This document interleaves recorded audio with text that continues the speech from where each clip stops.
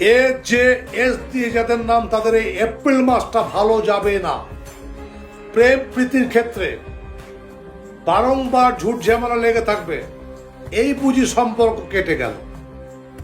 যদি কারোর বিয়েও হয়ে থাকে, তবুও বলবো সাংসারিক লাইফে অশান্তি চলবে, এবং এই অশান্তিগুলো ঘটবে তৃতীয় ব্যক্তির আগমনের ফলে। এই সময়টাতে তাদের হাড়ে চোট লাগার সম্ভাবনাটা প্রবল, হাতে পায়ে চোট লাগতে পারে।